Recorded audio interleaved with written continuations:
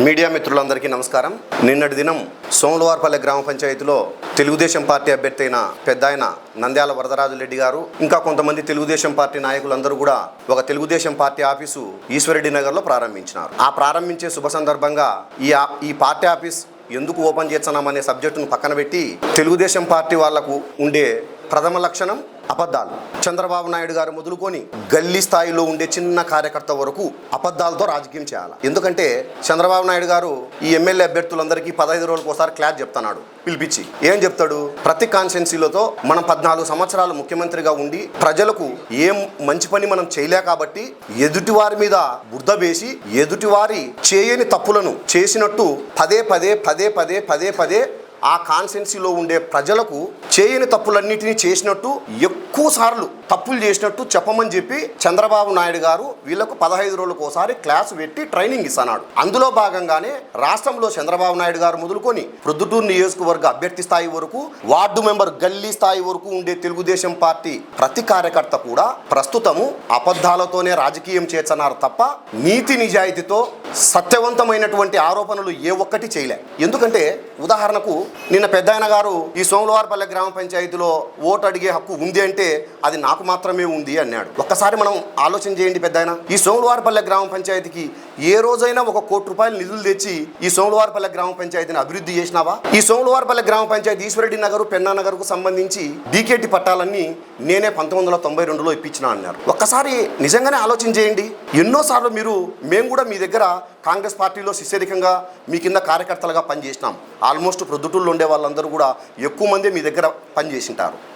ఇదే మీ దగ్గర మేము పనిచేసినప్పుడు ఇదే ఈశ్వరెడ్డి నగర్లో ఎన్నోసార్లు మీటింగ్ పెట్టినప్పుడు ఈరోజు ఈశ్వరెడ్డి నగరు పెన్నా నగర్కు సంబంధించి ఈ డీకేటీ పట్టాలు ప్రతి పేదవానికి ఇస్తున్నాము, ఇల్లులు కట్టించుకునేదానికి ఇంటి రుణం కూడా మంజూరు చేస్తున్నాము అంటే ఇది కేవలం ఒక్క రాజశేఖర రెడ్డి గారి దయా దాక్షిణ్యాల వల్ల రాజశేఖర రెడ్డి గారు చేసిన కృషి వల్లనే ఈరోజు ఈ ప్రాంతానికి మనం డీకేటీ పట్టాలు ఇవ్వగలుగుతున్నాము అని చెప్పి ఎన్నో సందర్భాల్లో మేము మీ దగ్గర ఉండేటప్పుడు కాంగ్రెస్ ప్రభుత్వంలో చెప్పినారు. మరి ఈ రోజు మీరు తెలుగుదేశం పార్టీలోకి పోయేటప్పటికీ నేను ఇచ్చిన అని చెప్తున్నారు.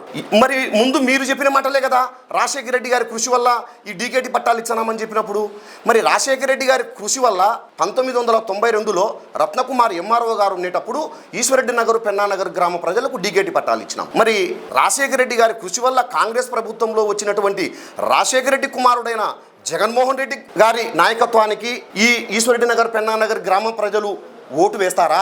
మీరు తెలుగుదేశం పార్టీ లేకపోతే చంద్రబాబు నాయుడు గారు ముఖ్యమంత్రి కావడానికి ఓటేస్తారా? సోమవారపల్లె గ్రామ పంచాయతీ ప్రజలు మరి ముఖ్యంగా ఈశ్వరెడ్డి నగర్ పెన్నా నగర్ గ్రామ ప్రజలు బాగా ఆలోచించాల్సిన అవసరం ఉంది. అది రాజశేఖర రెడ్డి గారి కృషి వల్ల ఈ పట్టాలు మంజూరైనాయి. తిరిగి వాళ్ళ కుమారుడిని ముఖ్యమంత్రి చేసుకోవడానికి మనందరం కూడా మంచి ఆలోచనతో మనం ఓటేయాలి. వరదరాజు రెడ్డి గారు చెప్పేది ప్రతి ఒక్కటి అవాస్తవం. సోమవారపల్లె గ్రామ పంచాయతీకి మీరు 30-40 సంవత్సరాలు రాజకీయాల్లో సుదీర్ఘమైన రాజకీయాల్లో ఉన్నప్పుడు ఆ గ్రామ పంచాయతీలో మీరే క్యాన్వాస్ తిరగాలంటే మోకాళ్ళ లోతు బురదలో మీరు క్యాన్వాస్ తిరిగినారు. రాచమల్లి శివప్రసాద్ రెడ్డి గారు ఎమ్మెల్యే అయిన తర్వాత ఈ ప్రభుత్వం వచ్చిన తర్వాత ఈరోజు మీరు ఏ సందులో ఏ గొంతులో పోయినా 24 గంటలు మంచినీళ్లు, వీధి లైట్లు, ఎమ్మెల్యే గారి సొంత డబ్బులతో ఏర్పాటు చేసినటువంటి కసువు ట్రాక్టరు, జగనన్న ప్రభుత్వంలో విపరీతమైన సంక్షేమము, ఎక్కడ చూసినా సిమెంట్ రోడ్లు, ఆ క్యాన్వాస్లో తిరుగుతుంటే మీకే అర్థమైంటుంది పెద్దయినా. మీరు తిరిగినప్పుడు ఏ గ్రామంలో ఏ ఒక్కరైనా అయ్యా మాకు పెన్షన్ రాలేదు, అయ్యా మాకు రేషన్ కార్డు రాలేదు, అయ్యా మాకు ఇంటి స్థలం రాలేదు, అమ్మఒడి రాలేదు, మేము తెలుగుదేశం కాబట్టి మాకు ఇయ్యలే అని ఒక్కరన్నా చెప్పినారా? అదే మీ ప్రభుత్వంలో 2014-2019లో జన్మభూమి కమిటీల ద్వారా మీ తెలుగుదేశం పార్టీ జెండా పట్టిన వాళ్ళకు మాత్రమే ఇచ్చినారు.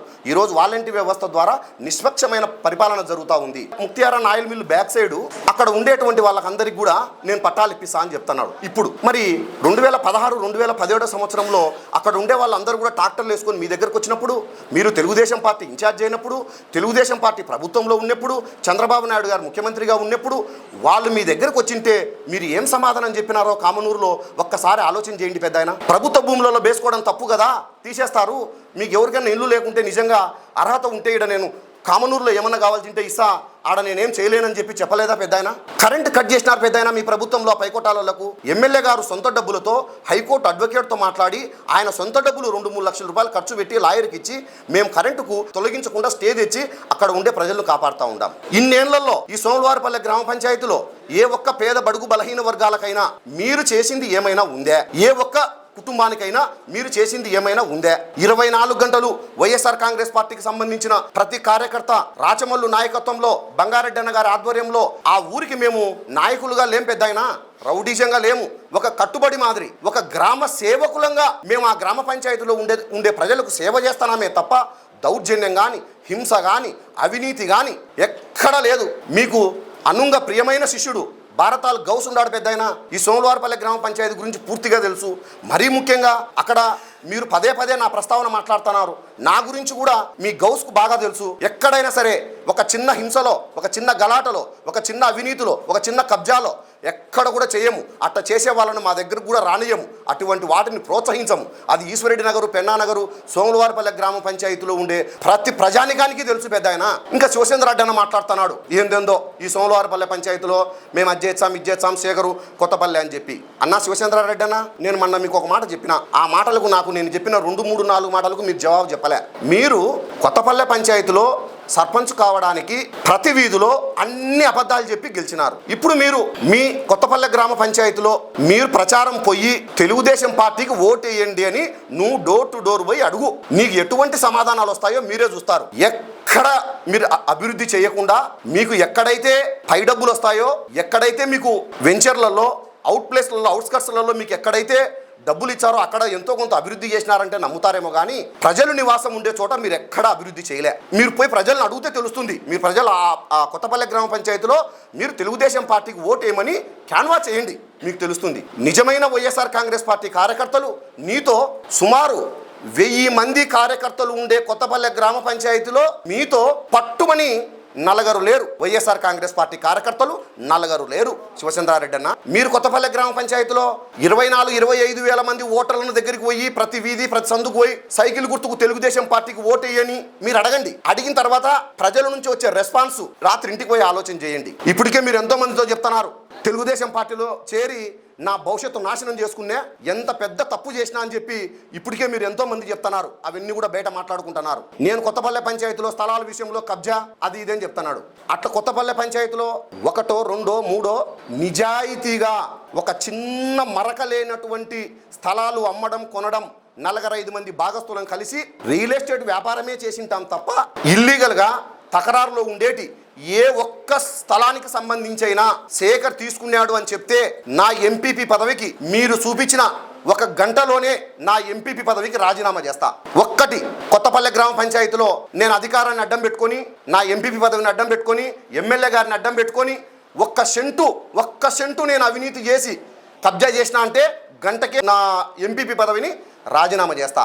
అదే కొత్తపల్లె గ్రామ పంచాయతీ గురించి మీ అవినీతి, మీ కబ్జాలు, మీ రౌడీ మామూళ్ళు, మీ దానిల గురించి మాట్లాడితే అన్నా మహానుభావుడు చనిపోయి రమణారెడ్డి సార్ ఎక్కడున్నాడో ఆయన దేవుడు అని చెప్తున్నారు. మిమ్మల్ని పోల్చుకుంటే మీ ముందర రమణారెడ్డి సార్ను ఈరోజు దేవుడు అని చెప్తున్నారు. మీ దౌర్జన్యాలు, మీ అవినీతి, మీ భూ కబ్జాలు, మీ సెటిల్మెంట్లు, మీ దందాలు మిమ్మల్ని చూసి ఆయన దేవుడు అని చెప్తున్నారు. అంటే ప్రజలు దీనికి అన్నిటికీ సమయం చెప్పే రోజు 1 నెల ఉంది అన్న. జూన్ 4వ తేదీ ఫలితాలు. సోమవారపల్లె పంచాయతీలో రౌడీజము, దౌర్జన్యం జరుగుతూ ఉందా? కొత్తపల్లె పంచాయతీలో వైఎస్ఆర్ కాంగ్రెస్ పార్టీ ఎంత బలంగా ఉందే? తెలుగుదేశం పార్టీ సోమవారపల్లెలో వచ్చాయా? సోమవారపల్లె పంచాయతీలో మేము బెదిరించినట్టో, దౌర్జన్యం చేసినట్టో ఒక్కరిని పెద్ద ఆయనకు కూడా చెప్తానా, స్థానిక సంస్థల ఎన్నికల్లో మీరు ఎవ్వరు కనుమరుగై కనపరాకుండా మీరు ఎక్కడో దాచిపెట్టుకొని ఇక్కడ పోటీ చేయకుంటే మేమేం చేయాలి పెద్దాయన? మీరందరూ ఏమన్నా దాచిపెట్టుకుంటారు. కష్టాలలో, కరువులో, ఇబ్బందుల్లో ఈ సోమవారపల్లె గ్రామ పంచాయతీకి ఏ రోజైనా మీరు వచ్చి 1 రోజు పరామర్శించినారా? అధికారంలో ఉన్నప్పుడు రాలే, ప్రతిపక్షంలో ఉన్నప్పుడు రాలే. ఈ సోమవారపల్లె గ్రామ పంచాయతీలో ప్రజలను ఓటు అడిగే హక్కు మీకుందా, మాకుందా? మాకు తీర్పిస్తారా, మీకు తీర్పిస్తారా? మే 13 ఓట్లు వేస్తారు. జూన్ 4 దాని రిజల్ట్ చూస్తాం. ఏదైనా మాట్లాడేటప్పటికీ కొంచెం ఆలోచన చేసి మాట్లాడాలని చెప్పి తెలుగుదేశం పార్టీ నాయకులకు అందరికీ కూడా హృదయపూర్వక ధన్యవాదాలు తెలియజేస్తా ఉంటా.